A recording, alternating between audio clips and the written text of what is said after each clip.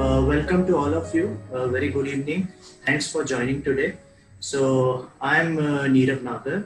I'm an associate professor at Ahmedabad and I'm working here since year 2014. I teach in the areas of accounting, corporate governance, and financial statement analysis. So when we started with this program, you must have seen also that there are several programs offered by several good institutes which focus on teaching finance to those people who work in non-finance functions, right? So these programs are popularly known as finance for non-finance, right? So when we started, we saw a gap there, we saw an opportunity there, and there were many takers for it. And which was that none of the programs was focusing on how to analyze a business, right? And even if there would be finance for non-finance programs that would focus on analyzing, but their focus would primarily be on analysis of the financial statements, right? So this program is much broader than that. So we decided, okay, IIMA is going to start with a program which is different from others. We named it Financial Analysis of Business, right? But we would encompass different aspects of analysis, right? So I'm going to talk about that, right? So I'm sure there will be many of you who invest in the market, right? Or who have been involved in those functions, right? Which would involve the analysis of businesses, right? So in investing, right? And I will also later on clarify whether is it all about investing or it's a bit different from that, right? So, but when we talk about investing, or before that, when we talk about analyzing any business, there's a very famous framework which we talk about, which is known as EIC framework, right? So where E stands for economy, I stands for industry, and the C stands for company, right? So I repeat, economy, industry, and company, right? So that is how we devise this program, and that is what you're going to see if you opt for this program. So in this program, we first start with the analysis of the economy. Anybody who say wants to invest in a company, it's very important the person understands the economy in which that company is operating, right? So that's why we first start with analysis of the economy. So we focus on the macroeconomics of India.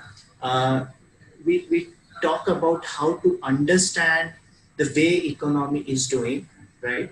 And we have got a very able person to do that. So since the inception, we have my colleague, Professor Ravindra Dhulakia, who teaches this module, right? He has confirmed his dates for this upcoming program also, right? As few of you might be aware, he is also on the Monetary Policy Committee of the RBI, right? Which sets the interest rates for the economy. Right. So we start with the analysis of the economy. Then we go to the second step in a framework, which is industry. Right. So again, the important thing is if you want to analyze a company, it's very important to analyze well that particular industry in which the company is operating. Right. So our second module within the program would focus on industry analysis, where we would also talk about how the strategy would force companies to make certain decisions which should be considered if you have to analyze a company, right? Often we just focus on the financial statements and reach the conclusion, okay, this company is doing well, this company is not doing well, you know, just looking at the numbers which are reported in the financial statements, and we forget about the fact that a number which is reported in the financial statement is an outcome of the strategy which a firm decided to use, right? And that's why, you know, though you may not like what is there in the financial statement, but it was a rational outcome of a strategic decision which was made by the firm, right? So that is the second step, right? Or I would call that the second module within the program, where we talk about the industry and the strategies, right? The third one, as I said in my framework, I started with E, I, and C. So economy and industry are done. The third one focuses on the company. Right? And I would divide this particular module into two components. The one focuses on the financial information, and the second one focuses on the cost information. So when I talk about financial information, I'm talking about those financial reports, right? Which you might have seen in annual reports, in newspapers, on the internet, right? So I'm talking about our very popular statements: balance sheet, income statement, and cash flow statement, right? So in this, Generally, the program starts with this module where I come and teach and I talk about how to prepare this financial statement. That's a step one, right? How to prepare. Now, this is a very important step because unless you know how financial statements are prepared, it will not be very easy to understand why a certain item appears in balance sheet, why a certain item appears in income statement, and why a certain item appears in the cash flow statement. So without understanding how these statements are prepared, it's not possible to analyze these statements well, right?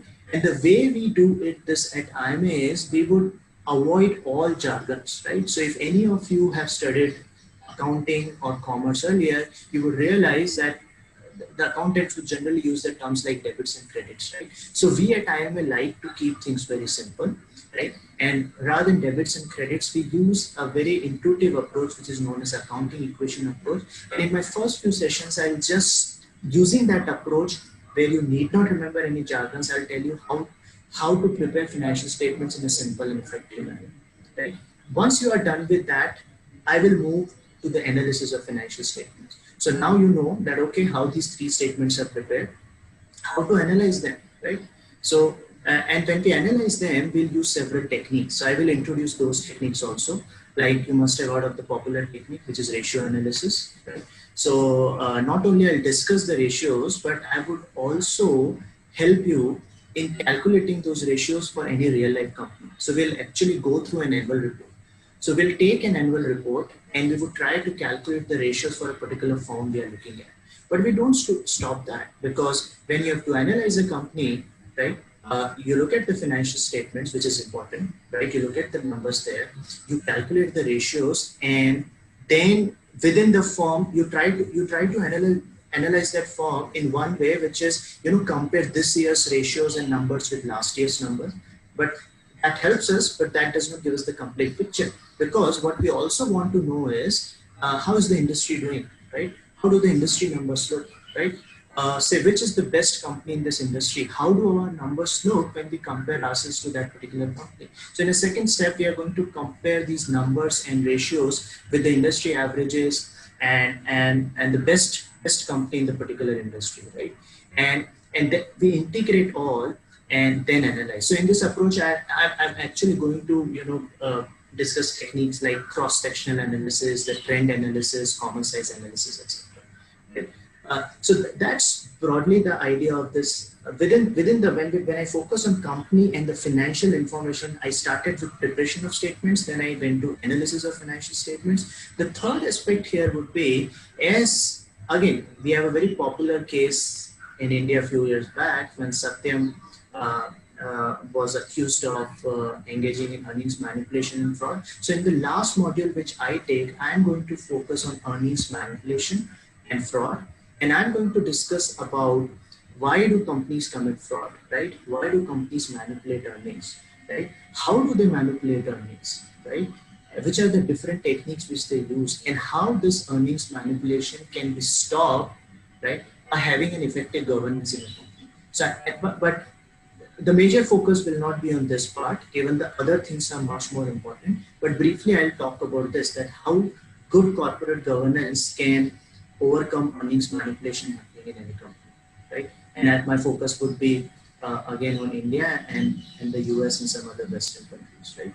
Right. So this is all about the financial information specific to the company, right? There's one more module which I haven't talked about until now, that when we focus on a firm, there's another set of information which comes out, which is the cost information. Remember, when we talk about the financial statements, they are available to the insiders in the firm. They are also available to the outsiders of the firm. Primarily, they are meant for the outsiders in the firm, right? The stakeholders, right? Customers, suppliers, investors, right? Regulators, right? But the insiders have a lot more information with them in terms of the fine cost related data, right? So for example, when I look at the income statement of any firm or a profit and loss account, I know, okay, this is the amount which the company spent on, say, salaries to employees, right? Which is generally called in our statements as employee benefits expense, right? But the details of that particular expense or cost is available only with the managers, right? And there are several such heads of cost, right?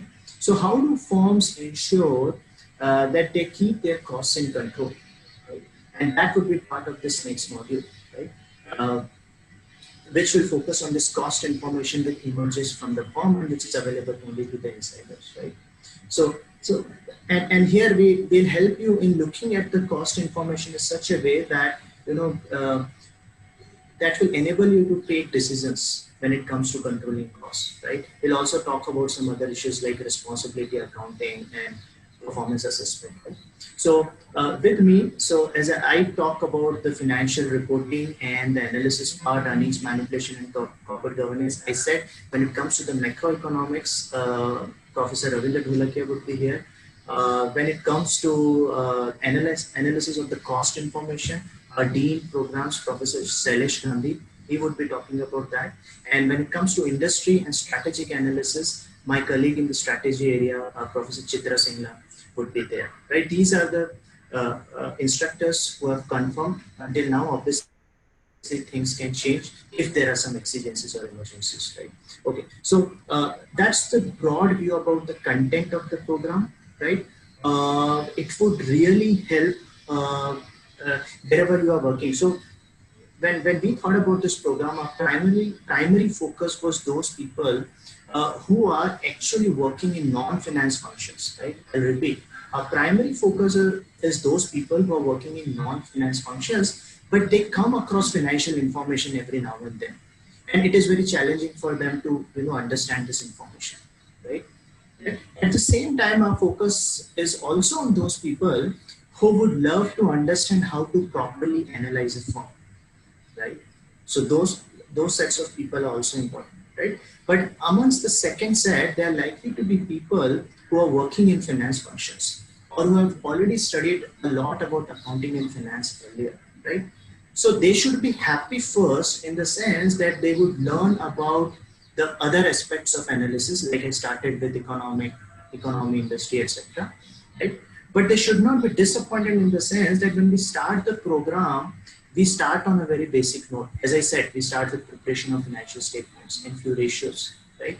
So, and we do that because it is very important for us to, make those people who are coming from non-finance background very comfortable. Because as I said, primarily the program is meant for them. So if there are any of you in the finance function, initially, at least the first week, you might see that we do things which are exactly what you have done. But again, you should not be disappointed in the sense because we do it in a different way. As I said, when I prepare financial statements, I won't talk about debits and credits. Right? And having taught the accounting course in our MBA and executive MBA here in IIMA for last 6 years, I must tell you that people who love debits and credits, after studying accounting at IIMA, they forget about debits and credits and they switch to the method which we talk about, right? And those people should also obviously enjoy other sections on macroeconomics and strategy, etc. Right? So I talked about two sets of people who are likely to gain. Another set of people would be, if you're having your own business, right? In fact, in past, we have had people who are running their own restaurants, right? Or a food chain, and they went back very satisfied. Right? So either, so these people actually, the feedback which I got earlier was, before doing this program, the accountants would come to the owner with the statements, but the owner would not be able to may not be able to understand it properly, or they were not able to give enough feedback to the accountants and other departments, other functions in the firm. And their feedback was that after having gone through this program, they are now able to ask questions to their team which they were not able to ask earlier. Right? So if any of you are running your own businesses, in any of the industries, or are you planning to start with your own ventures in the future, this program would definitely help you, right? So it's not just for those people who love to invest, right? Having talked about investing, let me talk about something very important. It's a question which comes often, which is that would we become a successful investor after undergoing your program, right? My answer is yes and no. Yes, because you would be able to analyze any company in a very effective way. My answer is no, because this program does not focus on valuing the company, right? So when you invest in stock market, when you identify a company and when you invest, yes, you need to understand that company very well. You need to analyze very well, not only the company, the industry, and the economy itself, but at the same time, ultimately, you are going to buy the share of that company at a particular price, right? Now, and there's a price of that particular share which is listed on the stock market. You can observe that price. But whether, even though the company is very good, whether the price what you see in the stock market, is that the correct price to enter into that stock, right? So we are not worried about that.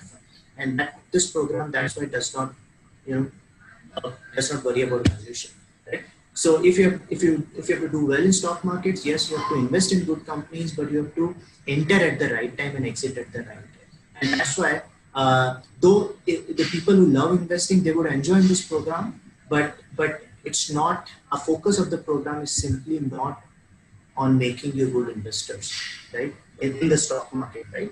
In terms of the analysis, obviously you will go fully satisfied, right? That's an important point. Right? So our focus is on, as I said, primarily from people from non-finance functions, but people from finance functions are also welcome. However, I love, and our team loves, if we have people with some experience. So our focus is on people from middle and senior management, right? So if you fall in that particular bracket, you are most welcome to apply, right? And it also helps in having some interesting discussion in the classroom when you have people who have got a lot of experience from the industry, right? So we hear those different views, right? I think that's all which was in my mind.